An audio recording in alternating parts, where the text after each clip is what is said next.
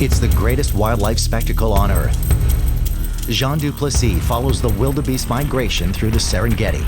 So there's a birth about to happen. She's right here in this group. The wildebeests have given birth. Now they head back north to face the crossing of the treacherous Mara River. There's a huge crocodile in the river. A croc of this size only needs one decent meal once a year. Jean aims to time his arrival perfectly. There's another very large group that's also pushing onto the river. But when and where they'll cross is anyone's guess. There are no timetables for these nomads of the Serengeti.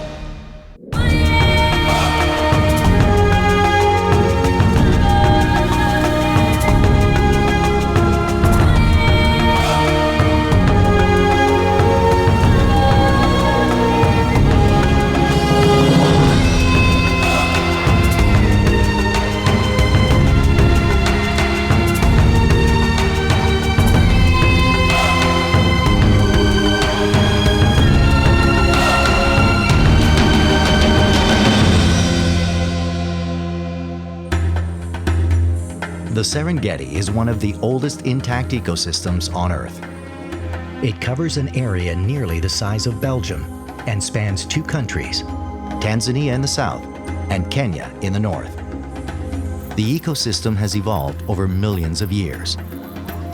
Every living thing here, from the tiniest insect to the largest creature, plays a very specific part in keeping it balanced. The most important driver of this system is the wildebeest migration. And the mechanism that triggers them to move is the weather. Sometime around October, thunderclouds build on the horizon and the rains begin to move south, signaling the start of one of the greatest mass movements of animals on the planet. It begins with the actions of a single animal. Then, driven by an ancient instinct, the rest of the herd follows. It's a dangerous journey where predators wait along the route and prey on the passing herds. And then there's the treacherous crossing of the Mara River, where wildebeest will die in the thousands. Wildlife expert and safari guide Jean Du Plessis has been tracking the herds. The wildebeest have completed the first trek of their year-long journey.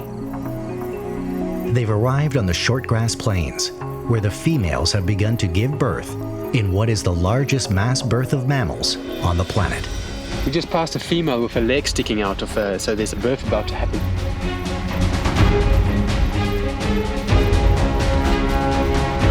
Yeah, she found a flat patch and she's just kind of circling around. She's chosen the safety of the herd to give birth for obvious reasons. You know, hyenas, lions, and all kinds of predators are out on the prowl this time of the morning. And they are keeping a watchful eye out for something just like this.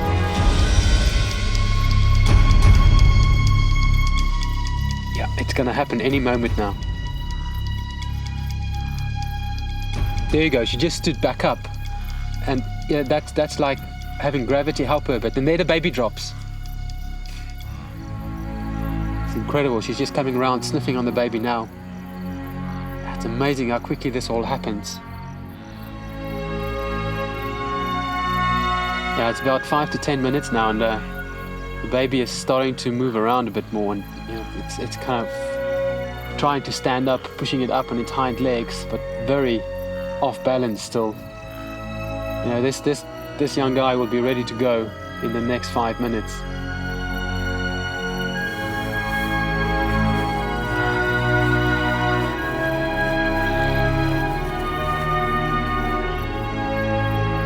There you go, a new generation starting all over.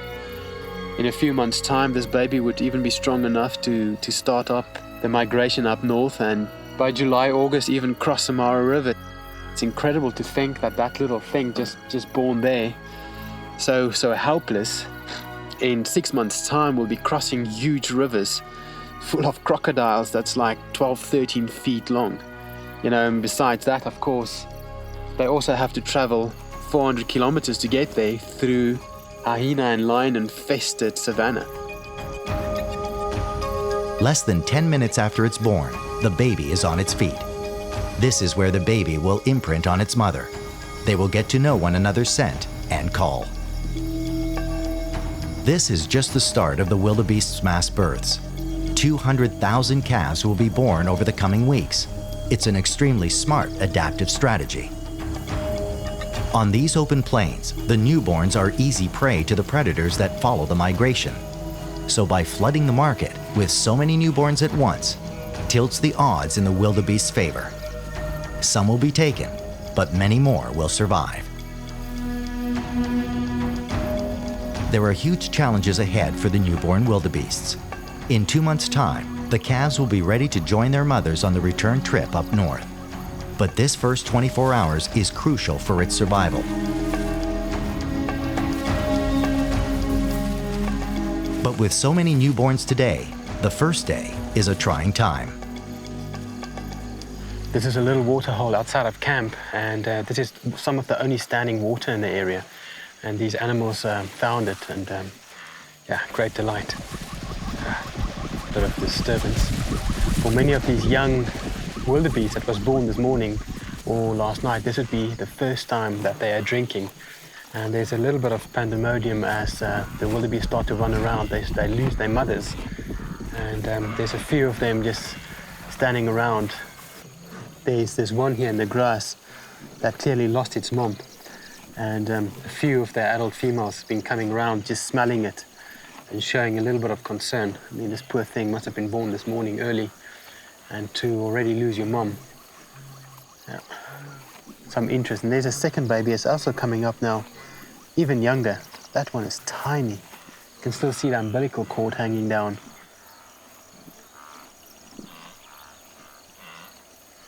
You can see there's a few mothers coming up smelling some of these lost babies, and they would immediately push them away once they realize that that's not their calf. With wildebeest, it's very much like bats or flamingos, where every calf have a particular frequency that the mother zones in on, and it's not uncommon for babies to get lost, but they generally find each other.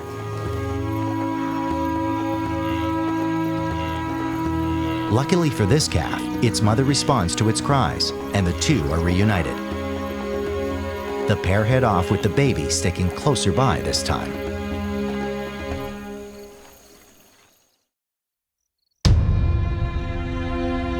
Wildlife expert and safari guide Jean Du Plessis is in the central Serengeti following the year-long wildebeest migration. It's February, the midway point on the migration route. Jean is on the short grass plains in the south, observing the mass births. The wildebeest females all give birth at the same time. Hundreds of thousands of calves are born in a 2 to 3 week period. For a species constantly on the move, this is an excellent survival strategy. The newborns are vulnerable to the predators that follow the migration. The only safety is in numbers. So the female wildebeests have timed their births to flood the market. Some will fall to predators, but with so many young, the odds are in the wildebeest's favor. For the newborns, life starts quickly. The calves are up and running within 10 minutes of being born. The first 24 hours is crucial for these newborns. This is when they bond with their mothers. But in a massive herd, the little ones often get lost. Jean has found a calf wandering along a main road, alone. I just came across a baby wildebeest that's obviously lost. And what happens is they basically imprint on anything. So he saw this vehicle driving fairly close to him. He came running up to it.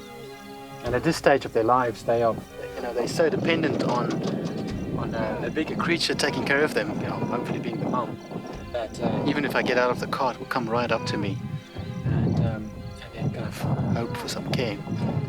It's kind of quite sad. The baby heads off over the plains in search of its mother. Luckily, it chooses the direction that takes it back to the protection of the herd. And that's a good thing. Just up the road, Jean finds a predator. I just came upon a cheetah. She's down in a crouching position. It looks to me like she's hunting. She's looking at either like wildebeest. There's quite a few of them around, But there's also like 4 or 5 Thompson's gazelles here that she's more than likely after. And it also seems like these Thompson's gazelle are moving towards her, but also still not looking at her. There she goes.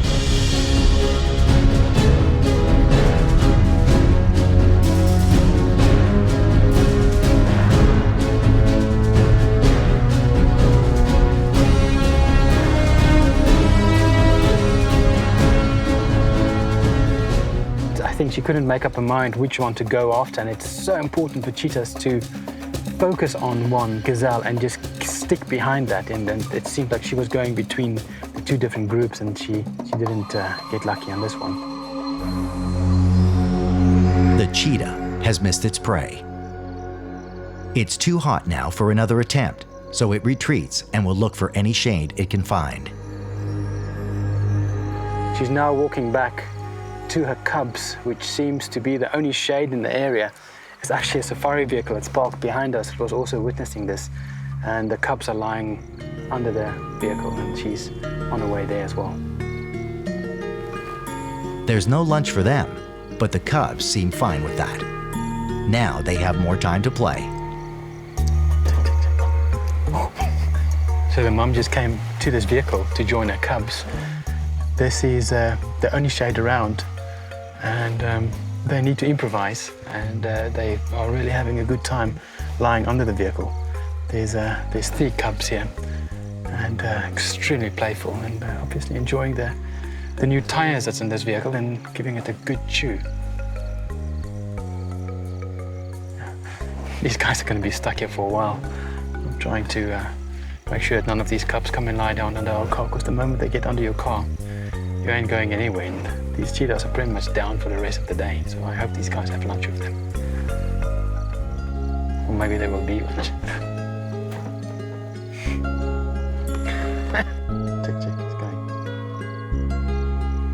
The tourists will have to stay put until the cheetahs decide to move, which will most likely mean a few more hours until the temperature starts to cool and the cheetahs head off to find dinner.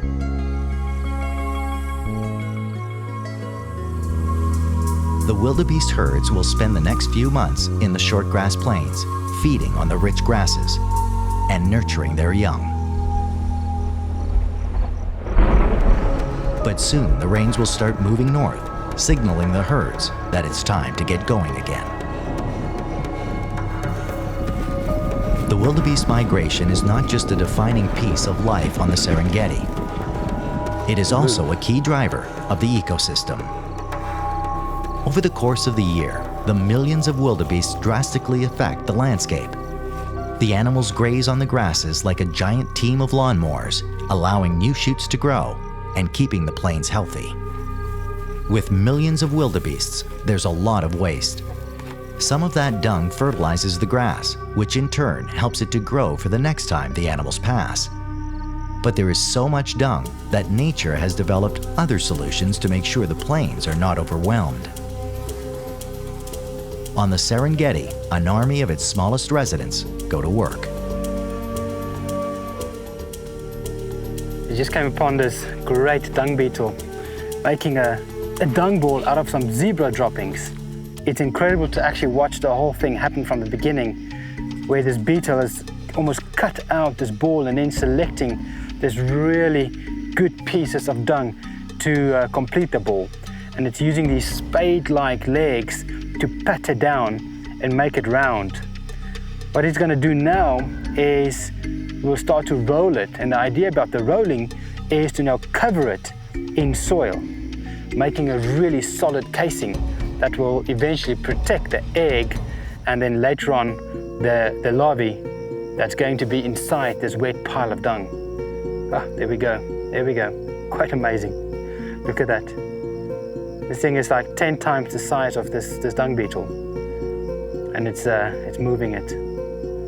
It's not only going to move it, it's going to push it quite a considerable distance. And the idea about the distance pushing is now to cover this wet mud with this soil. Insect life is crucial to the ecosystem and true to the Serengeti's epic nature. Even the small creatures do things in big ways. Scattered throughout Africa are impressive structures built of mud and clay. These are termite mounds. Their architects, although tiny, have a huge role to play. With 2.5 million mammals in the migration, one would think that nothing can really outcompete them when it comes to the amount of grass that's consumed. But the true champions are in fact these little guys. Within a termite mound, there's no sexes. Theoretically, they are all sterile females, but they are categorized in classes. And what I see here are lots of different individuals doing different functions. There's some bringing up the mud, building the mound, and there's others that will be collecting dead plant materials. But then there's these big guys, the soldiers, who would just be walking around and they're constantly tapping their head. It's like a signal, and I'm sure they're a little bit disturbed with me being here, and that's a signal that they're giving that there is some threat close by, and their sole purpose will be to defend all these smaller ones, which are completely helpless. These harvested termites don't actually carry the dead plant material in the mandibles, but they would swallow it and regurgitate it when they get back into the mound. These plants then act as a substrate for fungi to grow in. That is what these termites eat. That's also one of the main reasons for these chimneys, is that it creates an air conditioning system that maintains a constant temperature within the mound of about 26-27 degrees Celsius, and it's just a perfect environment for fungi to grow. These harvester termites eat enormous amounts of grass and plant material. Their eating habits and the placement of these mounds changes soil textures. In Africa, there's lots of different types of mounds that one can find, and the bulk of the mound goes down, and if I look down into these chimneys, it is at least 8 feet down that the actual air vent goes. Because these termites are not actually living inside the air vents, they've got no problem with other creatures making use of such a safe environment. This mound have a hive of African honeybees living inside here. I can constantly see them coming and going. But even more interesting is there's some sort of predator living in here, a small predator that predominantly feed off something like millipedes, because I can see a lot of millipede shells lying around, and there's even a dead bird inside. This is just such a fantastic entire ecosystem.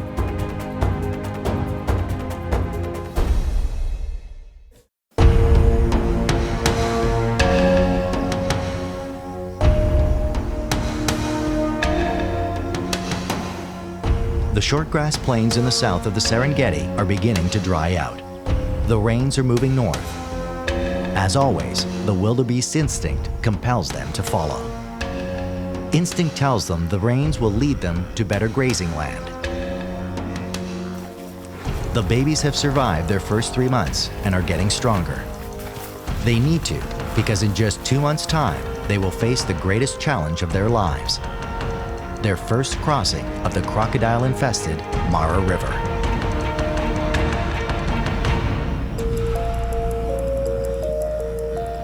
Wildlife expert and safari guide Jean Du Plessis has been checking in with the herds at various points on their annual route.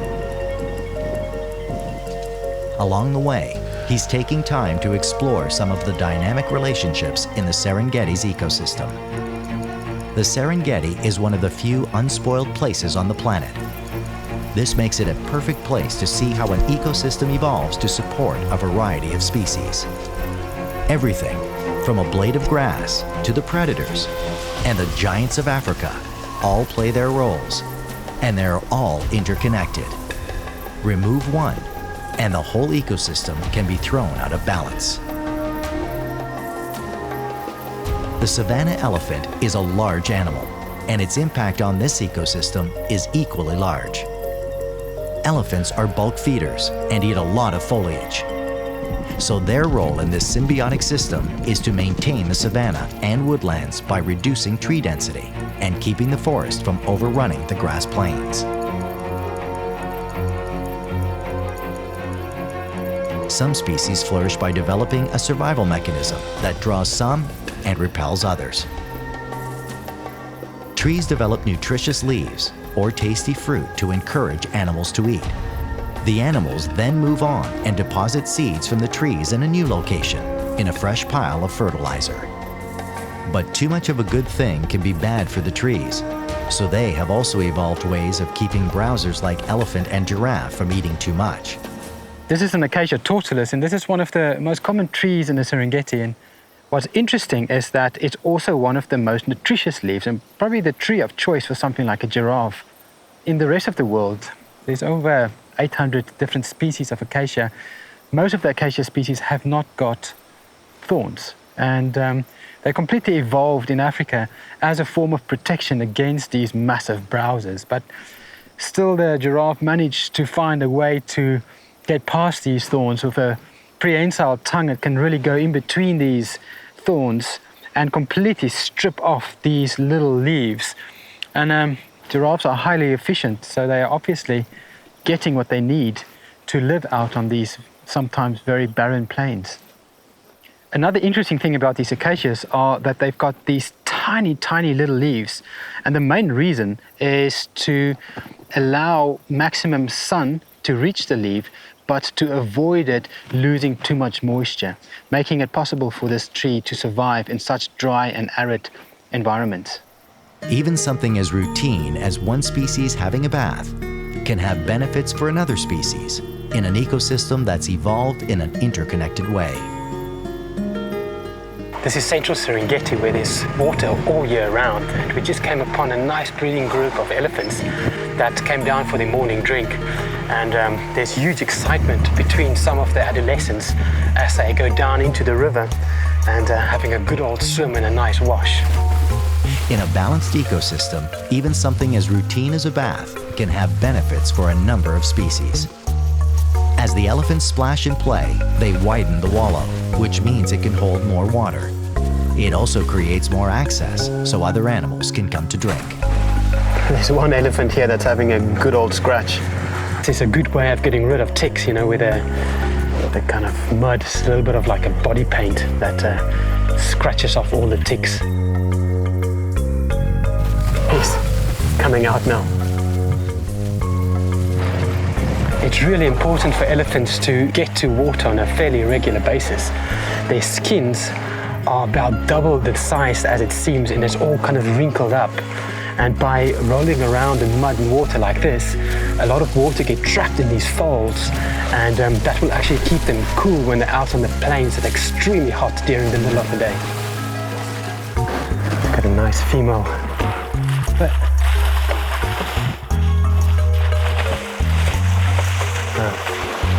I think she didn't like me calling her a female.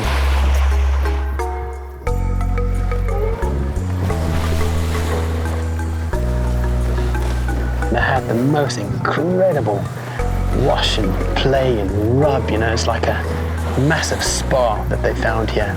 This would be a very popular little water hole in such hot, dry climates as right now.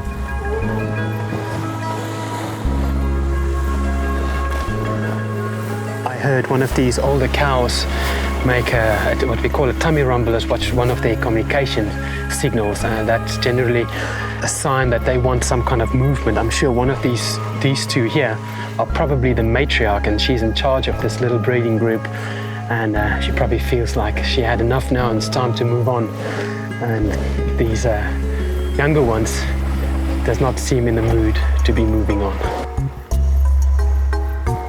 As the central Serengeti enters its dry season and streams and rivers disappear, these wallows will become refuges for another one of Africa's great species.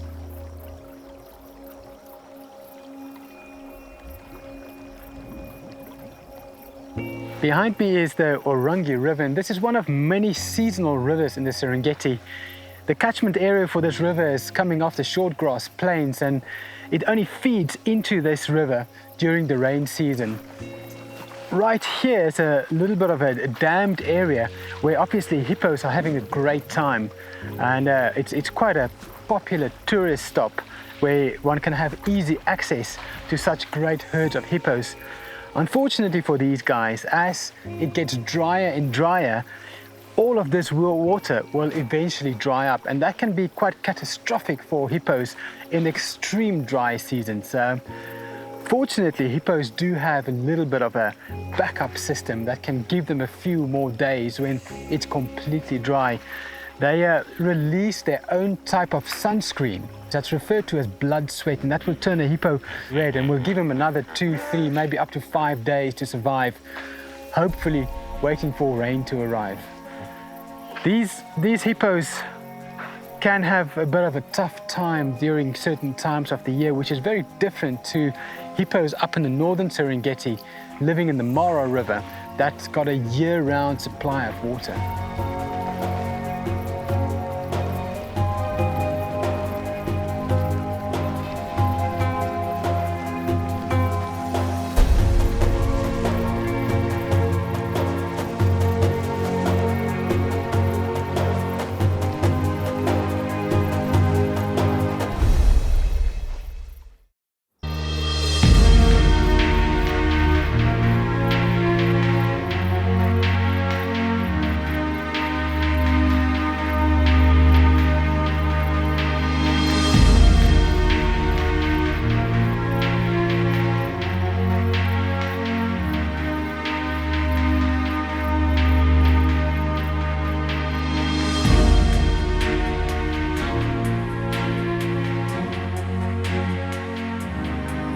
It's July in the Serengeti, and the wildebeests have begun their migration back up north towards Kenya.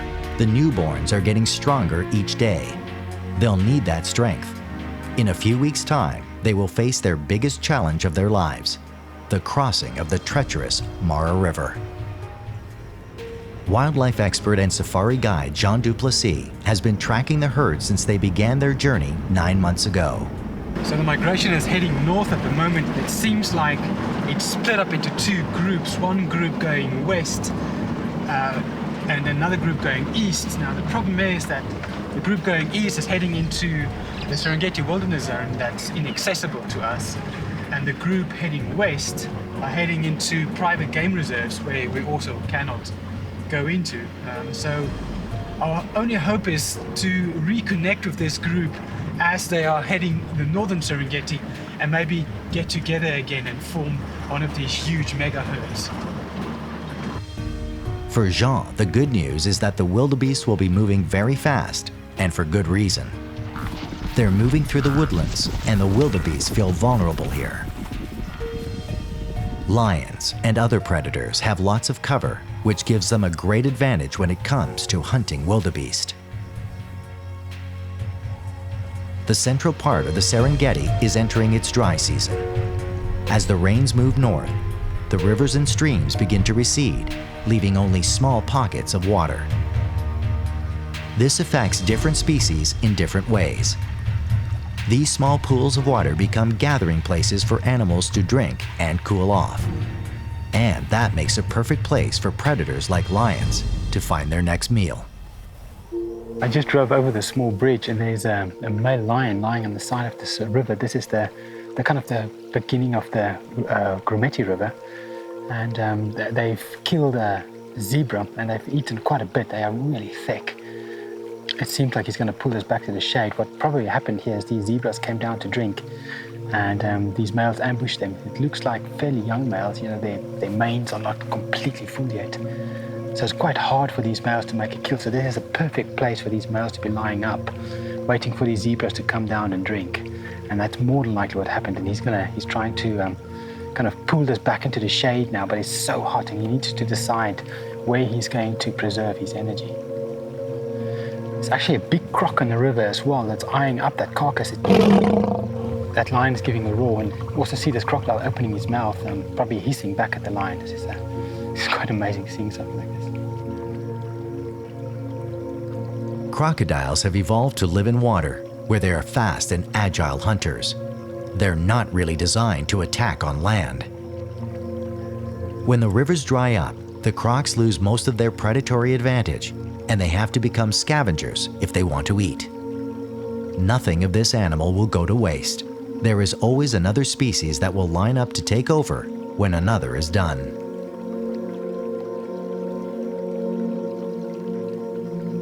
The lion is so stuffed, his belly is stretched, but even still, he is reluctant to concede defeat and leave his prize to the croc.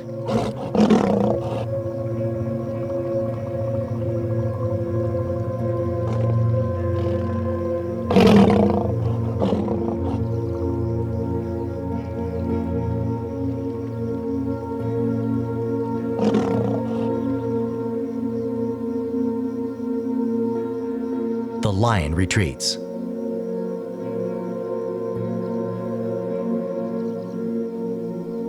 Backing off was a good decision for the young lion. Even on land and out of its element, a croc is a formidable foe. It has the strongest bite force in the animal kingdom, at least 3 times that of a lion. While the crocodiles in this little river do what they can to get a meal, their brothers in the Mara River are in their element and getting ready for their annual feast.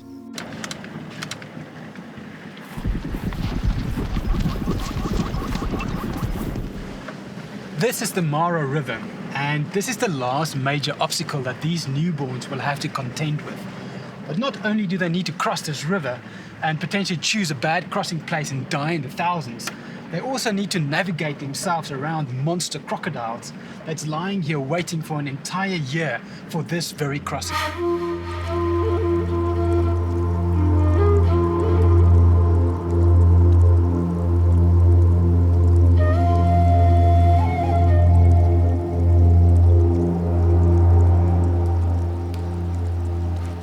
There's a huge crocodile in the river. What's extremely interesting about crocodiles in general are that they are cold-blooded, so they don't need to eat food on a daily basis to keep their body temperatures warm.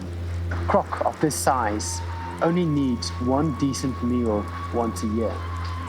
These huge Nile crocodiles are probably our best look into what massive dinosaurs look like. They have stayed unchanged since the dinosaur era, and probably the best example of something that's so custom designed to the way they live. And they didn't need to evolve much since those early days. You know, they can completely submerge themselves with only their nostrils and their eyes above the water, and still even then it just looks like 4 pebbles that's in the river, and get right in close to make effective kills.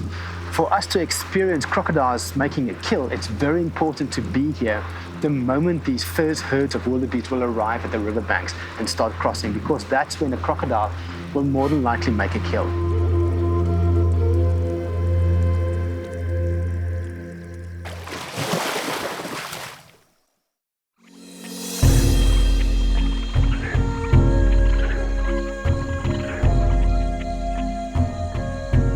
It's now August, and soon the wildebeest herds will be back at the Mara River. This is where Jean started to track the herd almost a year ago.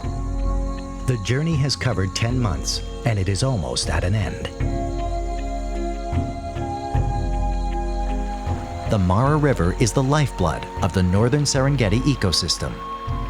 It spans 2 countries, beginning in the highlands of southern Kenya, snaking its way across the Tanzanian border, and emptying into Lake Victoria.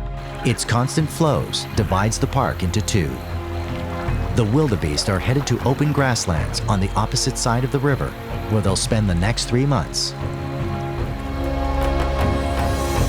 I'm on my way to try and find the front end of the migration, and this time of year they already should have been kind of all over the northern part of Serengeti, but I'm just driving hill after hill and plane after plane, and there's absolutely nothing out here, and it's a little bit disheartening, you know, to just not see a thing around. An entire industry is dependent upon the migration that was supposed to be here already about a month ago, and for some reason it seems that they have flanked to the north and a little bit to the west of this very crucial northern Serengeti, or called Kokatenda area. As the week progresses, there is still no sign of the wildebeest. Jean has no choice but to wait them out. The herds were last seen heading out of the Serengeti National Park into private land where even wildlife experts like Jean are not allowed. Where and when the wildebeest will re-enter the park is anyone's guess. The reason for the delay is the lack of rain. The wildebeest herds follow the rain, but no rain means the grasses, which should be lush and green, are still dry and brown. Soon, storm clouds begin to build on the horizon, fueled by moisture from nearby Lake Victoria. Little by little, they grow into massive thunderclouds until they burst in a torrent of rain. These short, intense storms crisscross the northern Serengeti and head towards the grasslands north of the Mara River.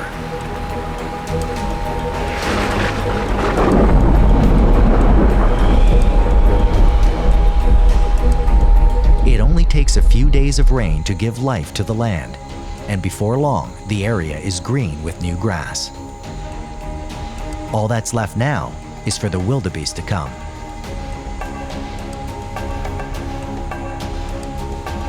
So I arrived in the area a little bit early. The migration is yet to arrive, but there were some big thunder showers last night, and that generally will pull in the herds. So there's not much more to do but to sit and wait here, and I can imagine worse places to wait than here in the Serengeti. And with the rains, the wildebeest begin to move. Now the question is, where will they show up?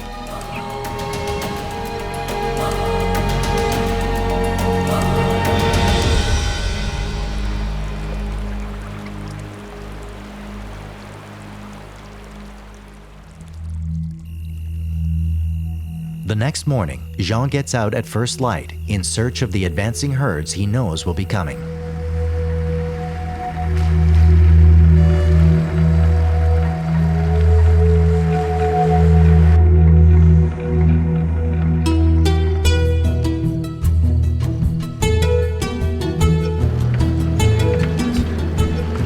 In front of me is where we saw that storm last night, and an area in front of us is called Bolagonja, and behind me is Crocodile. And I suspect to find the big herds just over this rise. But the big concern is that if they just go slightly east, they can go into Kenya and cross the river in the Masai Mara, which is on the Kenyan side, meaning that the entire northern Tanzania is going to miss out on seeing a migration and river crossings this season. Kenya is actually just a couple of kilometers over that way, but to reach that, we have to go all the way back to Arusha, and that's about a 2-day journey to then get into the Masai Mara. So I really hope that the animals that's potentially in front of us is going to swing west and come a little bit downriver and do have a couple of crossings down on the Tanzania side. But Jean doesn't have to wait long. Just over the next rise, he finds that the wildebeest have arrived. There are so many animals, they dominate the plains and surrounding hills.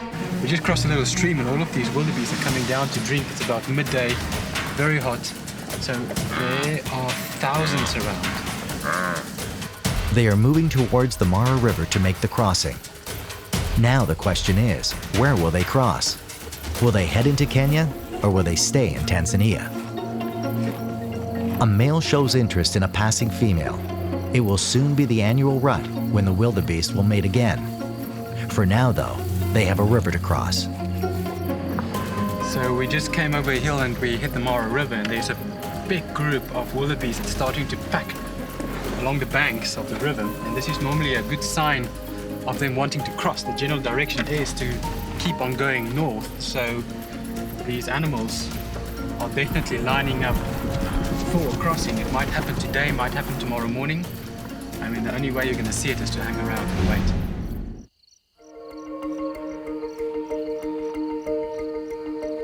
The wildebeest migration is one of the greatest spectacles in the animal kingdom. They spend their lives almost constantly on the move, in a circle that takes them around the Serengeti.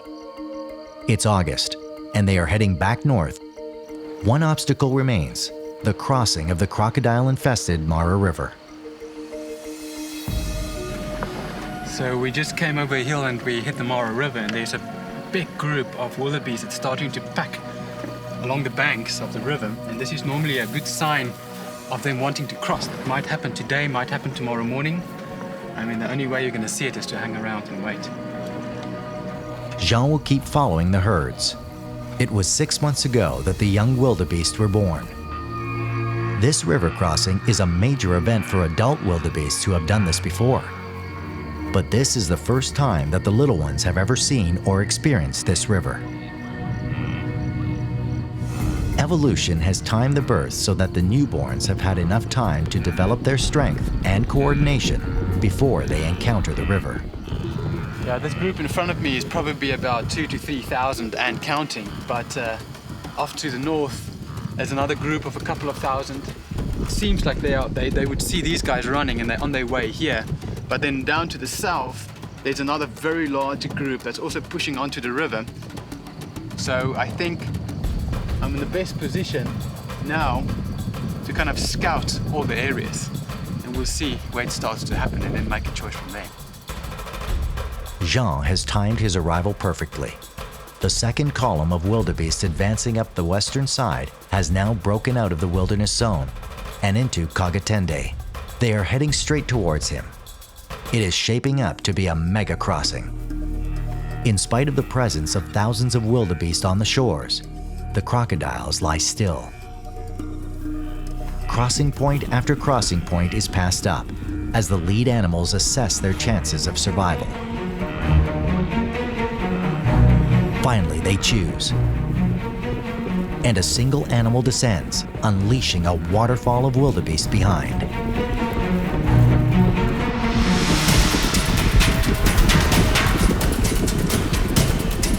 These animals don't plan to wait. They are ready to cross.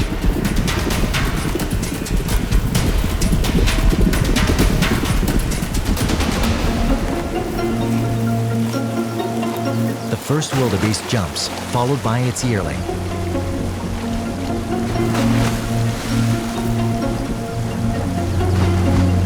The others follow in behind them.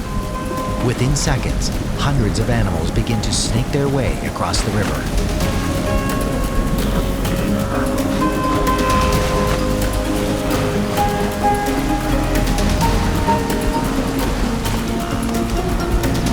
The crocs are drawn to the commotion. So these wildebeest have been crossing the whole morning, and there's 2 or 3 huge crocodiles that's making their way in the line of wildebeest crossing.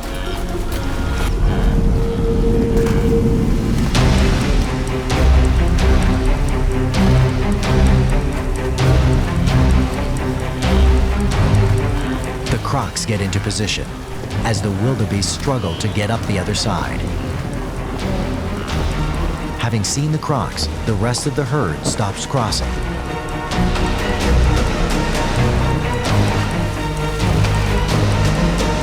Two crocs take aim on a yearling, but luckily the animal finds ground below the water and is able to outmaneuver them.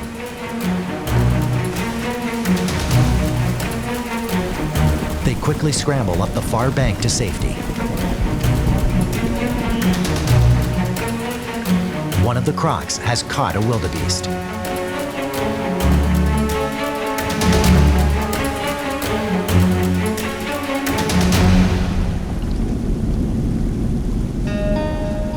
Just towards the end of the crossing, there was this enormous croc that got hold of a yearling that was struggling to get up the rocks, and it pulled it down, and then the second crocodile came in and literally just took the entire head of this wildebeest in his mouth, and all of them submerged, and that's the last we ever saw of all of them.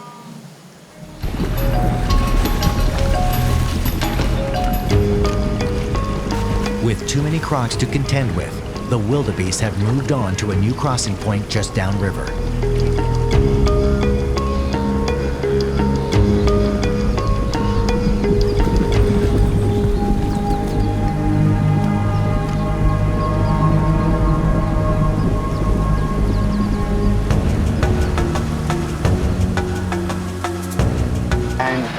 We've been sitting here now for probably the last 20 minutes. A constant stream of animals just streaming through the river. I would estimate about now 10,000 animals at least have crossed in front of us.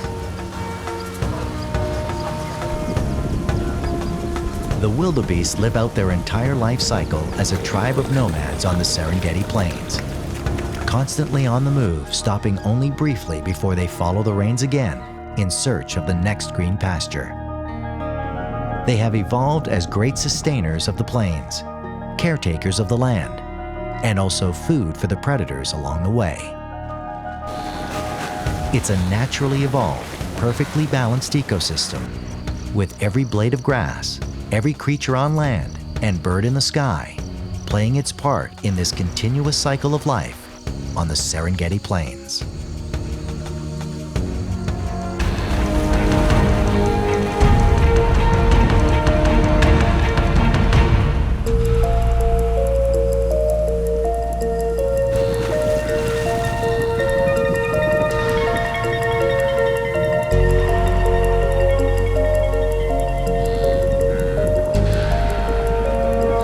So this is it. This migration of wildebeest and zebra are one of the last remaining mega migrations of the planet, and what makes this so successful is the fact that the Serengeti has been kept intact for so many years. The wildebeest crossed over into Kenya, and this is the completion of that circle where they would eventually in a couple of months start to be pulled down back into central Serengeti because of thunder showers that start up that way.